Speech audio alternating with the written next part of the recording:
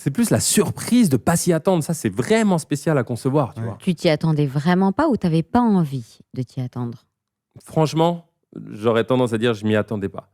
Pas envie, je vois ce que tu veux dire. Et parfois, pendant des semaines, c'est des mois et des mois et des mois, et des années, voire c'est la merde dans un couple. Tu sais C'est que la ça merde. va tomber un jour ou l'autre. Et tu sais que ça va tomber. Ça arrive très souvent. Ouais. C'est un gros sujet aussi. Il faut avoir beaucoup de courage. Bref, mais encore un autre sujet, pardon. Non, je te jure. Je savais qu'il y aurait une fin un peu spéciale, mais bon, en gros, c'est arrivé comme ça, ok? Et donc, j'ai pris cher, surtout dans mon ego. Tu te poses beaucoup de questions, c'est normal, c'est une rupture. Mais ce que je veux vous dire, c'est qu'il y a un conseil derrière. Ça a mis du temps, tu mets du temps, c'est génial. Le temps est vraiment un allié en toutes circonstances, je trouve. Et à un moment, je me suis dit, qu'est-ce que je peux tirer comme leçon en plus? J'aime bien synthétiser, vulgariser. Hop, je me suis dit, il y a une réflexion que j'ai gardée et que je soumets et que je dis même à mes fils et à tout le monde dès que je peux. Je m'étais dit, en fait, après cette rupture horrible, putain, la prochaine fois, je vais être moi-même à 100%. Pas à 82%, pas à 62%, pas essayer de dire à l'autre, je suis comme ça parce que je pense que tu kiffes ça. Hein.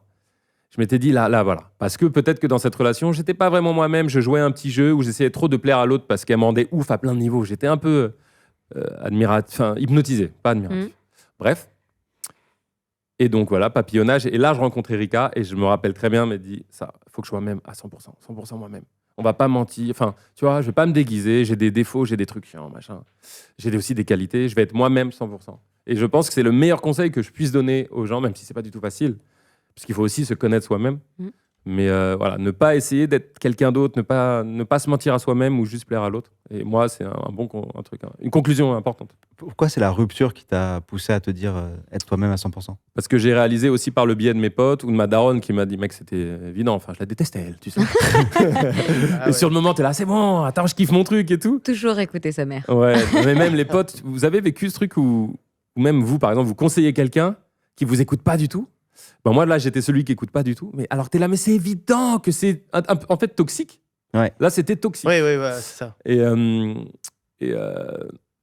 voilà, attends, c'est quoi la question? J'ai perdu. C'est la question, pourquoi c'est la rupture qui t'a mis Voilà. là-dedans? Mais c'est parce que t'en as souffert, en gros, de cette rupture. Oui, mais non, parce que j'ai réalisé que cette relation, j'étais pas. T'étais pas à 100%. Ouais, non, mais même, je jouais presque un rôle.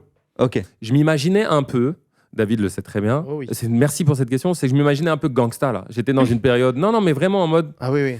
Punk, rebelle, marginal, bas les couilles. Et on faisait des trucs vraiment même illégaux, interdits, vraiment chelous. Mais parce que ça ne te ressemblait pas, mais tu voulais ressembler à la personne que l'autre voulait que tu sois? Peut-être, ou alors je voulais vivre ça comme ça. Mais fondamentalement, c'est pas moi, tu vois.